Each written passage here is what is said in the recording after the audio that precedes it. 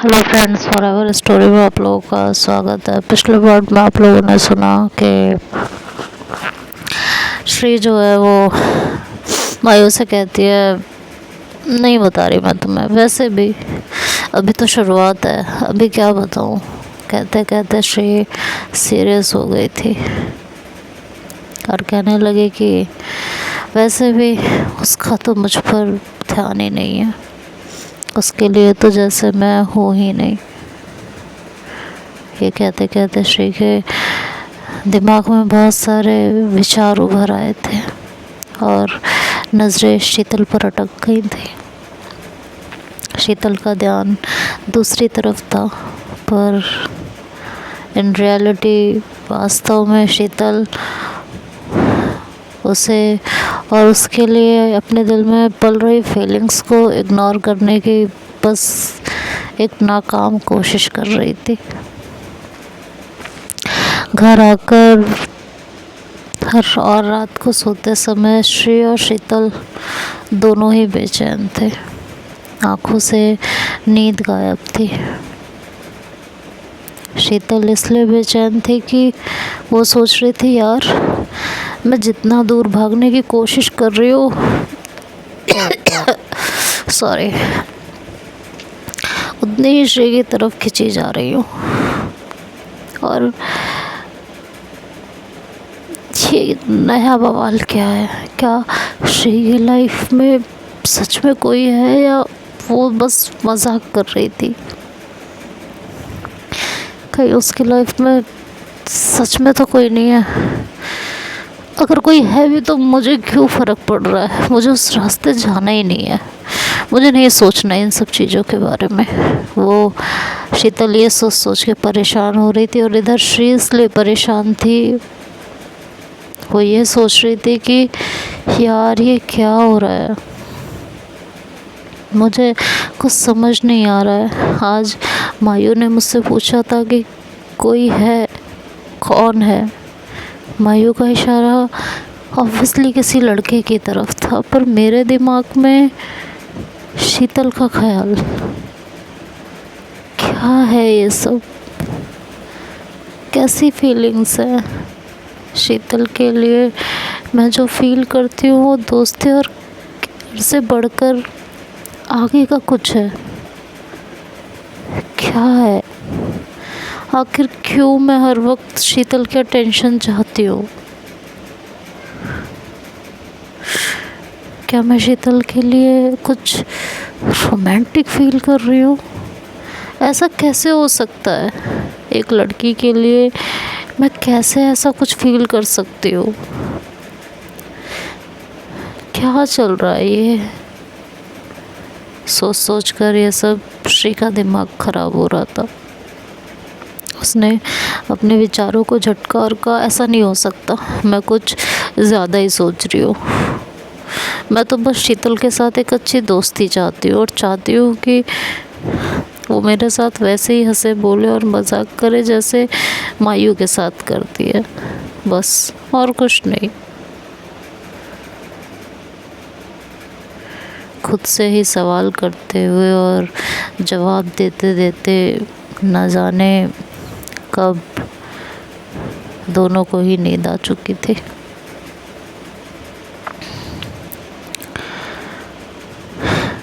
अगले दिन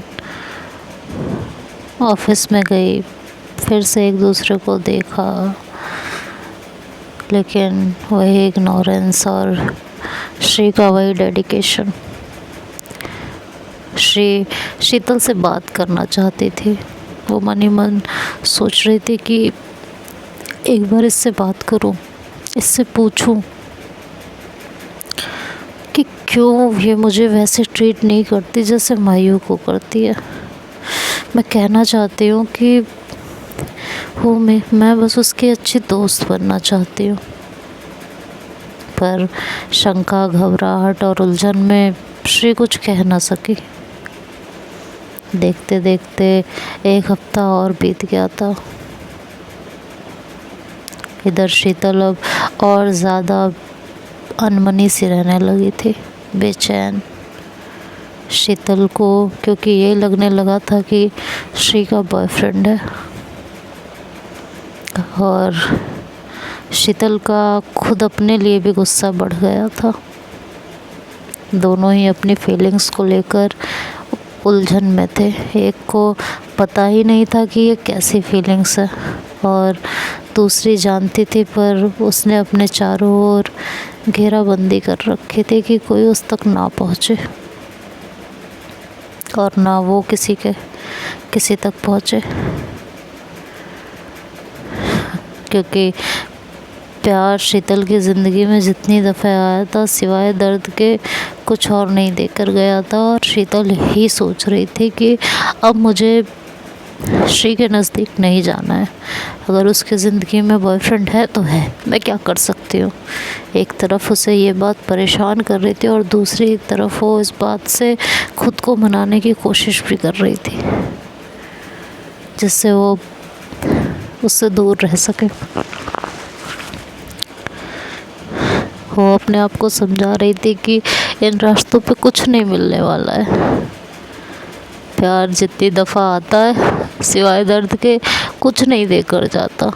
और अब मैंने ये तय कर लिया है कि अब कोई भी मेरी ज़िंदगी में नहीं आएगा। और सच में देखा जाए तो बहुत मुश्किल है किसी को अपनी ज़िंदगी में लाना और उसका दखल देना।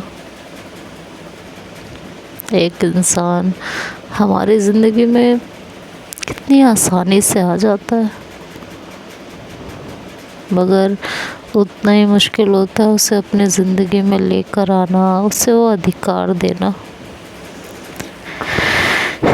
क्योंकि हम नहीं जानते कि सामने वाले पर हम खुद जितना भरोसा कर सकेंगे, उसे वही प्यार, वही सरोकार, वही हक दे सकेंगे जो उससे पहले वाले को दिया था। क्या उसके साथ मन उतनी गहराई से जुड़ सकेगा?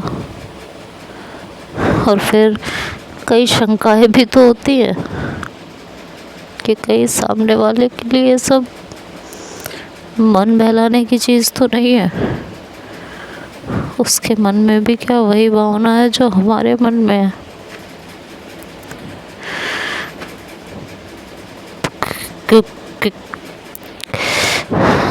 क्या वो भी हमें उतना ही प्यार करता है जितना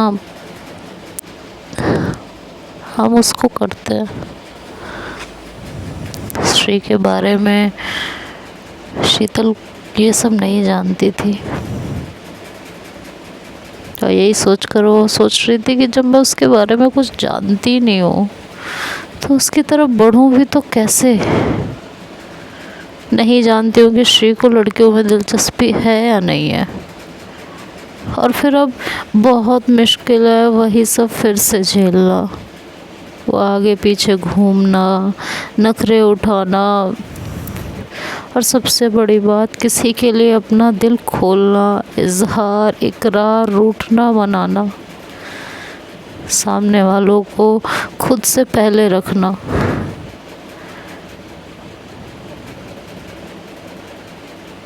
ऐसी कई चीज़ें हैं जब मैं श्री के बारे में सोचती हूँ तो मुझे ट्रिगर करती है। और नीलू ने तो वैसे भी शीतल को तोड़ दिया था। शीतल चाह के भी अब श्री के करीब नहीं जाना चाहती थी, क्योंकि जिस तरह नीलू ने उसे तोड़ा था वो बहुत मुश्किल से खुद को संभाल पाई थी और खुद को बना पाई थी।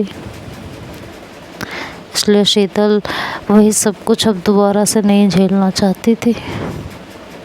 वैसे भी वो जानती थी कि ये सब एक एक्सपेरिमेंट की तरह है लड़कियों के लिए। फिर उसका मन भर जाता है, या तो शादी हो जाती है और वो चली जाती है।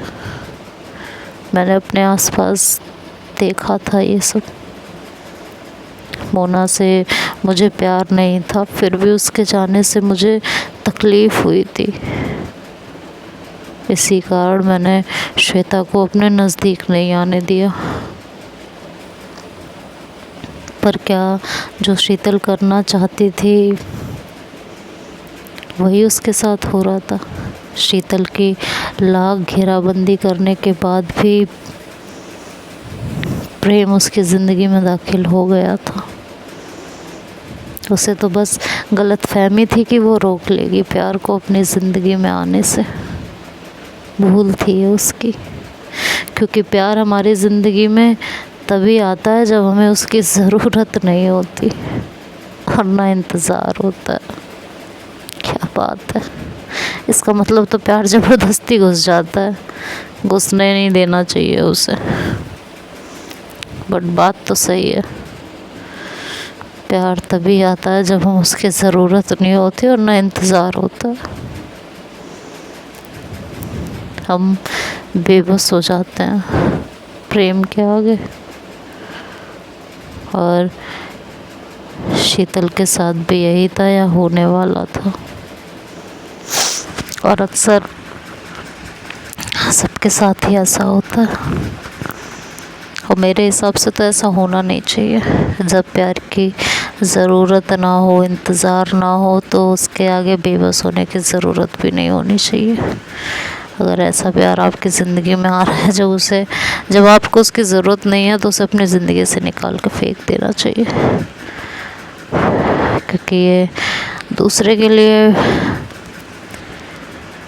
बहुत चुभने वाली बात हो सकती है जब उसे ये पता चले कि वो तब उसकी ज़िंदगी में दाखिल हुआ है जब उसे उसकी ज़रूरत ही नहीं थी। खैर, प्यार के आगे तो किसी की नहीं चली, तो शीतल क्या चीज़ थी। तकरीबन 10 दिन बाद लंच टाइम में अपना लंच ख़त्म करके शीतल अपने निर्धारित जगह पर जाने के लिए उठी, जहाँ वो डेली जाया करती थी। उसे जाता देखकर न जाने श्री के मन में क्या आया, वो भी उठी और शीतल के पीछे पीछे होली चुपचाप। शीतल ने लिफ्ट में जाकर रूफ 10 का बटन प्रेस किया और लिफ्ट बंद हो गई। श्री इंतज़ार करती रही कि लिफ्ट कहाँ रुकती है। लिफ्ट 3-4 जगह रुकी और आखिर में रूफ टॉप पर। अब श्री को थोड़ी उलझन हुई कि यार शीतल कहाँ गई होगी, और उसने अंदाज़ा लगाया कि हो ना हो छत पर ही गई होगी और कहाँ जाएगी। सोचा कि देख लूँ क्या जाकर, फिर अपने ख्याल को झटक कर वापस लौट आई। यही काम उसने अगले दिन भी किया। लिफ्ट 2 जगह रुकने के बाद रूफ टॉप पर जाकर रुकी, और यही काम उसने फिर तीसरे दिन भी किया। इस बार भी लिफ्ट 3 जगह रुकी और फिर रूफ टॉप पर रुकी। तो उसने सोचा जाकर देख ही लेती हूँ कि मेरा अंदाज़ा सही है या गलत। और श्री ने रूफ टॉप पर मतलब छत पर जाकर देखा तो शीतल एक कोने में खड़ी दिखाई दी। वो आकर चुपचाप शीतल के पीछे खड़ी हो गई थी। शीतल अपनी सोच में इतनी गुम थी कि उसे पता ही नहीं चला कि श्री आ चुकी है। श्री भी चुपचाप खड़ी रही कि शीतल अब देखेगी, अब पता चलेगा। पर जब ऐसा ना हुआ तो आखिरकार श्री ने ही हार मानकर उसे आवाज़ दी और कहा कि तो ये जगह है छुपने की, देखा मैंने तुम्हें ढूंढ लिया।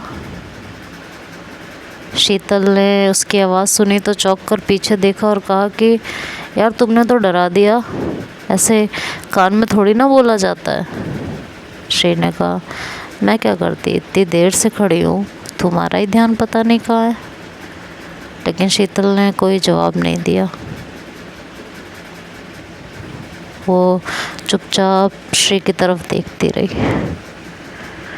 श्री भी उसकी तरफ देख रही थी। तब आगे क्या होगा ये तो नेक्स्ट पार्ट में सुनेंगे।